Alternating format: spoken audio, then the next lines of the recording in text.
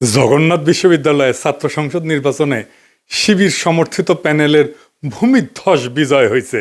আলহামদুলিল্লাহ। ছাত্রদল সমর্থিত প্যানেলের ভিপি ক্যান্ডিডেট ফাইট দিছে, তাও শেষ রক্ষা হয় নাই। যদিও ছাত্রদল প্যানেলের ভিপি ক্যান্ডিডেট কিন্তু গণ অধিকার পরিষদের, ছাত্রদল করা ছাত্র না। শিবির সমর্থিত প্যানেলের জন্য শুধু না, এটা জগন্নাথ বিশ্ববিদ্যালয়ের জন্য একটা ইতিহাস যে এটা জগন্নাথ বিশ্ববিদ্যালয়ের প্রথম ছাত্র সংসদ নির্বাচন। সকল জরিপ, বড় দল, বাঙ্গ মিডিয়া, বাঙ্গ সুশীল এবং গোয়েন্দা সংস্থার পরিকল্পনা ব্যর্থ করে দিল সাধারণ ছাত্রছাত্রীরা এইভাবেই। পুরনো আচার ব্যবহার দেখে এই সাধারণ ছাত্রছাত্রীরা তারা ছাত্রলীগের চাইতে কিংবা ছাত্র দলের চাইতে কিংবা অপরাপর সংগঠনগুলির চাইতে তাদেরকে ভালো মনে করেছে, ভোট দিয়েছে। আগামী 1 মাসের মধ্যেই যদি এই সমস্ত ক্যাম্পাসে আবার ভোট হয়, আমি আপনাকে লিখে দিচ্ছি ছাত্র শিবির পাশ করবে না।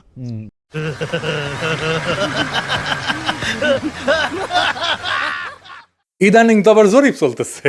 জরিপে দেখা যায় বিএনপি ছাড়া কথা নাই। 70% লোক নাকি বিএনপিরে ভোট দিবে। এমিনেন্স একটা জরিপ করেছে, ওর মালিক আমার মেডিকেলের 3 বছরের জুনিয়র জাসদ করেছিল। ওর এনজিও হেলথ নিয়ে কাজ করে ওই এমিনেন্স। এখন নতুন ধান্দাবাজিতে নামিছে। শামিম শুনো, 70% লোক বিএনপিরে ভোট দিবি, হদ দিবি, পাশা পাইতে দিলে হোগাত ছাপ্পা দিয়ে দিবি, হ্যাঁ ব্যালটে দিবি পাবলিকে। এই জগন্নাথের ইলেকশন নিয়েও জরিপ করেছিল, কইছিল ছাত্রদল জিতবি। সেটা আবার বাসস, তার মানে বাংলাদেশ সংবাদ সংস্থা ছাপিয়েছিল, মানে সরকারি সংবাদ সংস্থা।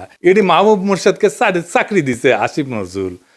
পুরা আওয়ামী লীগ আমলে আওয়ামী লীগের সাথে সিস্টেম করে চলিছে। মাঝে মাঝে কুরকুরে নিয়ে উঠলে আমার নিয়ে স্ট্যাটাস মারতো। এটা আছে না, সুশীল গেরে একটা কুরকুরে নিয়ে আছে, পিনাকিরে নিয়ে স্ট্যাটাস মারে, আসলে আওয়ামী লীগ। কিন্তু মাঝে মাঝে আবার ভাব দেখায় আমি আওয়ামী লীগ না। ওরে নিয়ে এমডি বানাইছে বাসসের। মানে বাসসের এমডি হবে সাংবাদিকতার সিনিয়র সাংবাদিক, তা না ওক নিয়ে বসেছে। এইভাবে আসিফ নজরুল বহুত বালসালরা চাকরি দিছে। এখন সব কয়টা বিএনপির সার্ভিস দিতেছে, এইভাবে সার্ভিস দিতেছে। এরা জানে বিএনপি ক্ষমতা না আসতে পারলে হোগাত লাতি দিয়ে খেতাবে, তাই হোগা দিয়া পাহাড় ঠেলিচ্ছে। যেটি লাতি খাবি সেটা দিয়া পাহাড় ঠেলিচ্ছে। এইগুলা এভাবে পুরা প্রফেসর ইউনূসের প্রশাসন বিএনপির জন্য খাটিচ্ছে, অভিনব উপায়ে খাটিচ্ছেন। এটা কথা কয়েনি প্রফেসর ইউনূসের প্রশাসন, উপদেষ্টা মণ্ডলী শুনেন, মন দিয়ে শুনেন। বৃহত্তর বিএনপির প্রফেসর ইউনূসের উপদেষ্টা পরিষদের শাখার সদস্যরা এবং প্রশাসনে বিএনপির লেসপেন্সাররা শুনে রাখেন, আপনারা রাষ্ট্রের কর্মচারী, ওই রাষ্ট্রের মালিক জনগণ, বিএনপি না। মাথায় রাখেন, একদিন না একদিন জনগণের সরকার আসবে ক্ষমতাত, সেদিন কিন্তু কোনো ছাড় পাবেন না। সেই সরকার প্রফেসর ইউনূসের সরকারের মতো ধ্বজভঙ্গ সরকার হবে না, সেই সরকার হবে জুলাইয়ের আগুনে উদ্দীপ্ত সরকার। হোগার চামড়া কিন্তু তুলে নেওয়া হবে, মাইন্ডি পলাহে পারবেন না। রাষ্ট্রের কর্মচারী হিসেবে নিরপেক্ষ থাকবেন, সামান্যতম পক্ষপাতিত্ব করবেন তো সেইটার কাফফারা দিতে হবে, মাপ নাই। সেই কাফফারা ভয়ঙ্কর হবে, সরি কওয়ার কলের টাইম পাবেন না। এবার আসেন আমরা দেখি কেন ছাত্রদল এভাবে হারিচ্ছে আর নাম হয়েছে হারু পাট্টি। হ্যাঁ বুঝে চাও। এই আলাপগুলো আমরা অনেক আগের থেকেই করিচ্ছি। প্রথম কারণ হইতেছে তাদের দীর্ঘদিন ছাত্রদলে কোনো রিক্রুটমেন্ট নাই, নতুন ছাত্র ঢোকেনি। না ঢুকলে দল থেকে আওয়ামী বিরোধী ছাত্র রাজনীতি তো বন্ধ থাকে নাই, তাই না? ওরা কয় যে শিবির আছে কারণ ওরা গুপ্ত রাজনীতি করছে। তা আওয়ামী বিরোধী ছাত্র রাজনীতি কি বন্ধ ছিল? ছাত্রলীগের লুঙ্গির তলে ছিল নাকি শিবির? নূরের দল তাইলে কেমনে তৈরি হইল? নাহিদ আসিফরা কিভাবে তৈরি হইল? ওরা তো গুপ্ত রাজনীতি করে নাই। শিবির প্রকাশ্য রাজনীতি করে নাই, কারণ সে বিপ্লবী রাজনীতি করছে। বিপ্লব মানে এক্সিস্টিং সিস্টেমের রাপসার, এটার ভেঙে ফেলতে হয়। যেই শক্তি প্রকাশ্য সে ইতিমধ্যে রাষ্ট্রীয় নজরদারির ভিতরে থাকে, তাই সে রাপসার করতে পারে না এক্সিস্টিং সিস্টেমকে, বিপ্লবী হইতে পারে না। বিপ্লব মানে অসম লড়াই। এইখানে ট্রান্সপারেন্সি থাকাটা আত্মঘাতী, গোপনীয়তা এখানে নৈতিকতা না, এইখানে স্ট্রাকচারাল নেসেসিটি। বিপ্লবী হইতে হইলে তাকে গোপনে রাজনীতি করতে হবে। এই কাজটা করেছে শিবির, সেই জন্য বিপ্লবী ক্যারেক্টার নিয়ে দাঁড়াইছে। সেই জন্যই তারা এই ভূখণ্ডের ইতিহাসে সবচেয়ে শক্তিশালী ছাত্র সংগঠন হিসেবে উত্থিত হয়েছে। গুপ্ত ছিল, ছাত্রলীগের লুঙ্গির তলে ছিল, এইসব বইলা লাভ হয়েছে কেন? হয় নাই, হবেও না। এইবার দ্বিতীয় ইস্যু, বিএনপির ভুল রাজনীতি। ভুল বলাটা ঠিক না, মানে যেই রাজনীতি করতেছে মুক্তিযুদ্ধের চেতনা মারাইতেছে সেটা আত্মঘাতী হইতেছে। ক্রমাগত তারা মুক্তিযুদ্ধের চেতনা ডুবন্ত নৌকায় চইরা নিজের রাজনৈতিক ভবিষ্যৎকে ধ্বংস করিচ্ছে। মানুষজন এই কথা আওয়ামী লীগ আর বামেদের কাছে শুনিছে, তো এখনো শুনে, তাই না? এতদিন 15 বছর ধরে শুনিছে, মাইক লাগে শুনিছে। তারা এই কথার প্রতিধ্বনি যখন বিএনপির কাছে শুনে, সে তখন মনে করে আরে এটা তো আওয়ামী লীগ, এটাই তো ইন্ডিয়ার বন্ধু। আর সত্যি সত্যি যখন ইন্ডিয়ানদের উচ্ছ্বাস দেখে তারেক রহমানকে নিয়ে, আর তারা প্রকাশ্যেই বলে তারেক রহমান আর বিএনপি তাদের পছন্দের দল, তখন মানুষ দুয়ে দুয়ে স্যার মিলায়। সুবীর ভৌমিকের কথাটা আবার শুনেন, এডিটর সাহেব শুনান। ভারত বাংলাদেশে কোন সরকার চাইবে? খুব সোজা উত্তর আমি তোমায় দিয়ে দিচ্ছি। Awami League is not in election, next best option is BNP, obviously not Jamaat. তারা অলরেডি 50 লাখ লোক নিয়ে জেহার টেয়াদের হুমকি দিচ্ছে, ফলে জামাত অবভিয়াসলি ইন্ডিয়া চাইবে না। অত অনেক কথা, ডিপ্লোম্যাটিক কথা বলে তো লাভ। কানেকশনটা হচ্ছে 71। আমরা একসাথে, আমার সৈন্য এবং মুক্তিযোদ্ধারা রক্ত ঝরিয়েছে, সেই সুবাদে Awami League. This is the historical fact. তো এই জায়গাতে হঠাৎ করে আজকে অন্য কিছু ডাইনামিক্স চলে আসবে, এটা তো আশা করাটাও ভুল। কিন্তু যে গভর্নমেন্ট আসবে তার সাথে ইন্ডিয়াকে তো ডিল করতে হবে। শুনেছেন? এই সুবীর ভৌমিকের কথাটা কাইটে নিয়ে মোবাইলে সেভ করে রাখবেন, আর ভোটার ক্যাম্পেইনে গেলে এটা ভোটারদের শুনেবেন, কাম সারা হয়ে যাবে। ভোটার পাশায় ছাপ দিয়া ভোট দিবে বিএনপিতে। আর তার উপরে যদি দেখে সেই আওয়ামী লীগের অলিগার্ক লবণ কামালদের সাথে তারেক রহমানের হাত মিলায়, তখন পাবলিকে বুঝে যায় এটা সেই আগের বন্দোবস্ত। আমরা হাসিনাকে তাড়াইছি, কিন্তু তার তৈরি বন্দোবস্ত এখনো আছে, আর এই বন্দোবস্তের মালিকানা নিছে বিএনপি। আওয়ামী লীগের এই বন্দোবস্ত, এই শক্তি বিএনপিকে আশ্রয় করে আবার শক্তি নিয়ে ফিরে আসতেছে, যেন আপা চট করে ঢুকে যাইতে পারে। ইউনিভার্সিটিগুলোতে বিএনপির এই অবস্থা হইতো না যদি আমার চাইনিজ বুদ্ধি নিত। সেটা তো বিএনপি শুনবে না, সে শুনবে ভুট্টো সাহেবের কথা। যাই হোক, আমার ক্ষুদ্র ভাতারা কবে আন্নার কাছে দাদা সব স্ট্র্যাটেজি থাকে না, তা থাকে না। তাই স্ট্র্যাটেজি আমি বানাইবার পারি, কয়া দিতেছি, কমো কয়া দি। এখন তো কয়া দিলেও কোনো লাভ করবার পারবি না, কিন্তু কয়া দি যে কেমনে এটা করা যায় গেল নি। আসেন এটা শুনি দেখি, মজা পাবেন কলে। ছাত্র দলে যে রিক্রুটমেন্ট নাই, এটা তারেক রহমান সহ সব বিএনপি নেতারা জানে, স্থায়ী কমিটির সবাই জানে, স্বীকার করে, কিন্তু এইটারে কেমনে ম্যানেজ করবে সেটা জানে না। এই প্রসঙ্গে একটা প্রফেশনাল গল্প বলি আর কি, খুব বেসিক কনসেপ্টের গল্প আর কি। প্রোডাক্ট লাইফ সাইকেলের মার্কেটিংয়ের একটা খুব বেসিক কনসেপ্ট। কিসে দেয়? যে কোনো প্রতিষ্ঠানের, মানুষের, দলের, পণ্যের একটা লাইফ সাইকেল থাকে বা জীবন চক্র থাকে। মানে জন্ম, বেড়ে ওঠা, তারুণ্য, যৌবন, বার্ধক্য, মৃত্যু, মানুষের যে জীবন চক্র ঠিক তেমন একটা দলের বা পণ্যের ঠিক এরকম লাইফ সাইকেল বা জীবন চক্র থাকে। প্রথমে এটাকে বলা হয় ইন্ট্রোডাকশন বা উদ্ভব পর্ব, গ্রোথ বা উত্থান পর্ব, ম্যাচুরিটি বা আধিপত্য পর্ব, ডিক্লাইন বা পতন পর্ব। শিবির আছে উত্থান পর্বে, ছাত্রদল আছে পতন পর্বে। বুঝছাও? এইটা সব দেখে দেন কে কোনটি আছে। এই লাইফ সাইকেলকে চাইলে এক্সটেন্ড করা যায়। ম্যাচুরিটিতে আসলে আলাদা স্ট্র্যাটেজি নিতে হয়, যেন আবার নতুন কইরা সে উত্থান পর্বে চলে যেতে পারে। এই পতন পর্ব শুরু হইলেও আবার তাকে উত্থান পর্বে নিয়ে যাওয়া যায় কলে কিছু কিছু বিশেষ ক্ষেত্রে, কিন্তু একটা জায়গা আনা যায় না। সেটা হইতেছে হিস্টোরিক্যাল লেজিটিমেসি কোলাপস যদি হয় পলিটিক্যাল পার্টির ক্ষেত্রে। এটা শুনতে খটোমটো লাগলেও সোজা কলে, খুবই সোজা। মানে আমি যা বইলা আমার বৈধতা আনিছি তার উল্টা কাজ করলে লেজিটিমেসি কোলাপস হয়। এইটা ছাত্রদল আর বিএনপি দুইটারই হয়েছে।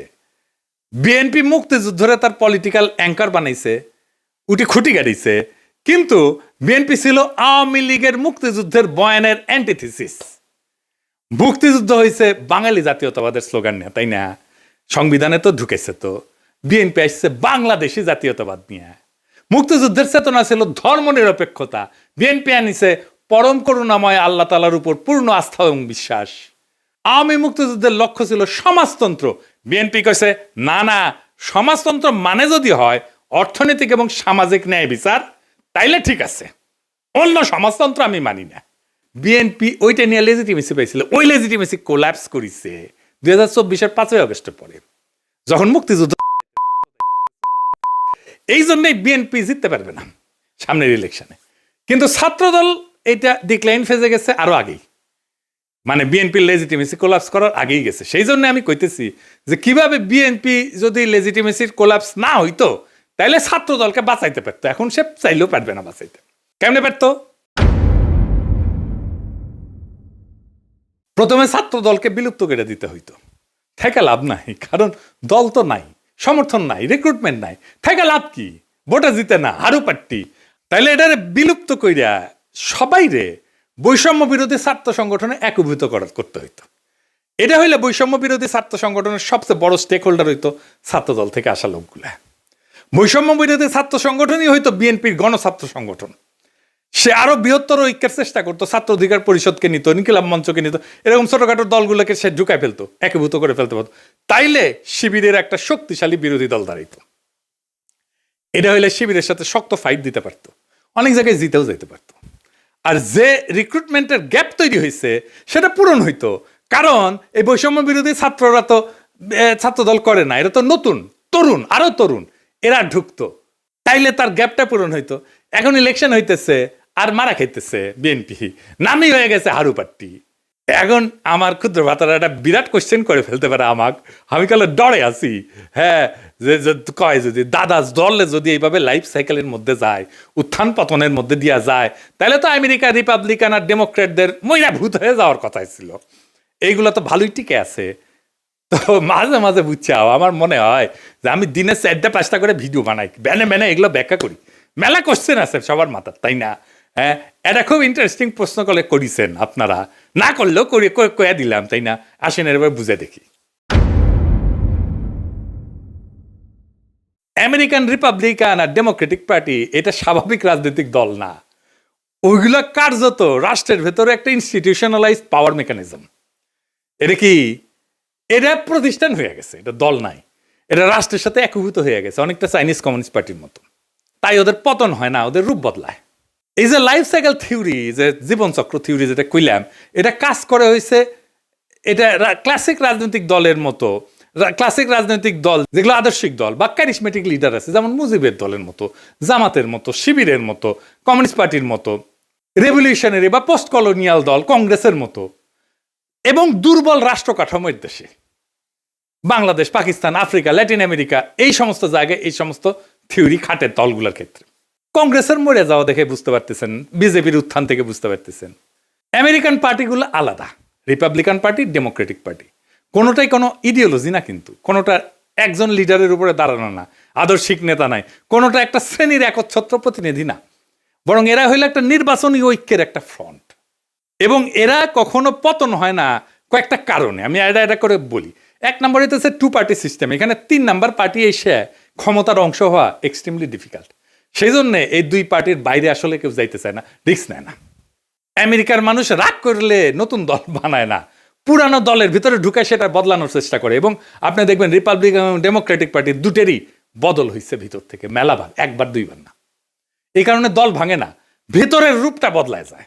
এখানে পার্টি মানে কিন্তু দর্শন আদর্শ না, রিপাবলিকান মানে একটা জিনিস না, কিন্তু একটা পার্টি না। এর মধ্যে রিগানের কনজারভেটিভ পার্টি আছে, বুশের নিউকন আছে, ট্রাম্পের পপুলিস্ট পার্টি আছে, ন্যাশনালিস্ট পার্টি আছে। ডেমোক্রেটিক মানেও এক জিনিস না, ক্লিন্টনের নিও লিবারেল আছে, ওবামার টেকনোক্রেটিক পলিটিক্স আছে, বার্নি স্যান্ডার্সের ডেমোক্রেটিক সোশ্যালিস্ট আছে। তাই ভেতরের আইডিওলজিকে নেতৃত্ব দিচ্ছে, সেই আইডিওলজিটা বদলায়, কিন্তু পার্টি থাকে। আর একটা জিনিস হচ্ছে স্টেট পার্টি, একটা ফিউশন হয়েছে আমেরিকা, পার্টি আর স্টেট একসাথে মিলে গেছে। যেমন ধরুন কংগ্রেস ককাস বলে একটা জিনিস আছে, যেখানে 2 পার্টি একসাথে কাজ করে। স্টেট গভর্নর নেটওয়ার্ক যেটা, সেখানে 2 পার্টি একই সাথে সমান শক্তিশালী, থিঙ্ক ট্যাঙ্ক, তারপরে যে ডোনারদের ক্লাস, মিডিয়ার যে ইকোসিস্টেম, এই সব কিছু মিলে এটা একটা সংগঠন না, এটা একটা পাওয়ার ইনফ্রাস্ট্রাকচার হয়েছে। আমেরিকান এলিটদের যে কনফ্লিক্ট, এইটা ম্যানেজ করা হয় এই 2 পার্টির এই সিস্টেমের মধ্যে দিয়া। এই 2 দল আসলে এলিটদের মধ্যে পাওয়ার শেয়ারিং মেকানিজম, জনগণের যেটা ক্ষোভ এটাকে ইনস্টিটিউশনাল চ্যানেলের মধ্যে ঢুকে দেয়। আর এরা ক্রাইসিসে ভেঙে যায় না, রিব্র্যান্ড করে নিজেদেরকে। যেমন ধরেন ভিয়েতনাম যুদ্ধের পরে ডেমোক্রেটদের রিফর্ম হয়েছিল, সিভিল রাইট মুভমেন্টের পরে রিপাবলিকানরা একটা সাউদার্ন স্ট্র্যাটেজি নিয়েছিল, 2016-তে সেটাতে ট্রাম্পের নতুন তত্ত্ব, এই পপুলিস্ট তত্ত্ব নিছে। তারা ইডিওলজিক্যাল রিসাইক্লিং করে। তার মানে কি ওরা কখনো মরবে না? মরবে, কিন্তু পার্টির নাম মরবে না, ভেতরের আত্মা মরে যাবে। আজকের রিপাবলিকান পার্টি লিঙ্কনের রিপাবলিকান পার্টি না, আইসেনহাওয়ারের রিপাবলিকান পার্টি না, আজকের Democratic party John F Kennedy Democratic party না, বা ফ্র্যাঙ্কলিন রুজভেল্টের ডেমোক্রেটিক পার্টি না, কিন্তু লেভেলটা টিকে থাকে দলের, কারণ লেভেলটাই পাওয়ারের টিকিট। বাংলাদেশের দল মানে রাজনীতি, আমেরিকায় দল মানে রাষ্ট্র পরিচালনার সফটওয়্যার। সফটওয়্যার তো আপডেট হয়, ডিলিট হয় না, ইনকাই আর কি, সেই জন্য এগুলা ডিক্লাইন হয় না। তো জগন্নাথ বিশ্ববিদ্যালয়ের নতুন ছাত্র সংসদকে অভিনন্দন। এই বিজয় কোনো দলের কিন্তু একক বিজয় না, এটা সাধারণ ছাত্রছাত্রীদের বুদ্ধিবৃত্তিক বিদ্রোহের ফল। আপনাদের সামনে কাজ অনেক। আপনাদের ক্যাম্পাসে এখনো পর্যাপ্ত ক্লাসরুম নাই, পর্যাপ্ত টয়লেট নাই, বিশেষ করে নারীদের টয়লেট নাই, স্যানিটেশন সংকট আছে, আবাসন নাই, ক্যান্টিন নাই। এই সমস্যাগুলো আজও সমাধান হয়নি, কারণ এগুলো কখনোই রাষ্ট্রের কাছে অপরিহার্য সংকট হয়ে ওঠেনি। এখন দায়িত্ব আপনাদের এই সংকটগুলোকে দাবি থেকে প্রয়োজন, প্রয়োজন থেকে অনিবার্যতায় রূপান্তর করার। রাষ্ট্র সাধারণত তখনই নৈরাচরে বসে যখন বোঝে এই সমস্যার সমাধান না হলে স্বাভাবিক শাসন চলবে না। আমি বিশ্বাস করি ঐতিহাসিক ছাত্র সংসদ যদি সংগঠিত, ধারাবাহিক এবং নৈতিক চাপ তৈরি করতে পারে, তাইলে এই ক্যাম্পাসের বাস্তবতা বদলাইতে বাধ্য হবে। আর একটা কথা পরিষ্কার করিয়া বলি, প্রফেসর ইউনূসের সরকার এবং প্রশাসনকে রাষ্ট্রের কর্মচারীরা কারো দলীয় সম্পদ না। রাষ্ট্রের মালিক জনগণ। সময় বদলায়, সরকার বদলায়, কিন্তু দায় থেকে কেউ কিন্তু মুক্ত হয় না। আজ যারা সিদ্ধান্ত নিচ্ছেন যে আপনারা বিএনপির ক্ষমতায় আনবেন এবং বিএনপির লেসপেন্সারি করবেন, আপনাদের মনে রাখা উচিত ইতিহাস কখনো হঠাৎ বিচার করে না, কিন্তু একদিন ঠিকই হিসাব খুঁড়ে নেয়। আর এই ছাত্র সংসদের কাছে আমার প্রত্যাশা একটাই, আপনারা ভবিষ্যতের জন্য রাজনীতি তৈরি করবেন। এই ক্যাম্পাসের ভাষা যদি বদলায়, তাহলে দেশ বদলাতে তো সময় লাগবে না। আশা করি আগামী ফেব্রুয়ারিতে আমাদের বন্ধুসুলভ সরকার আসলে আপনাদের যতগুলো সমস্যার কথা বললাম, এই সমস্যাগুলোর সমাধানের জন্য আমি ব্যক্তিগতভাবে আপনাদের সাথে থাকব। ফেব্রুয়ারিতে আমাদের ফ্রেন্ডলি সরকারি ক্ষমতায় আসতেছে ইনশাল্লাহ। চান্দাবাজ, ধান্দাবাজ, লুটেরা, ইন্ডিয়ার নব্য লেসপেন্সারেরা ক্ষমতায় আসবে না। আমি যে এপিসোডের পরে ইনকিলাব বলি, ওইটা কিন্তু শুধু স্লোগান না। ইনকিলাব মানে বদল, ইনকিলাব মানে বিপ্লব, ইনকিলাব মানে ভেঙ্গা চুইরা নতুন ভাবে গড়ে তোলা, ইনকিলাব মানে দেশ এবং জাতির জন্য অপরিহার্য হইয়া ওঠা। ইনকিলাব জিন্দাবাদ।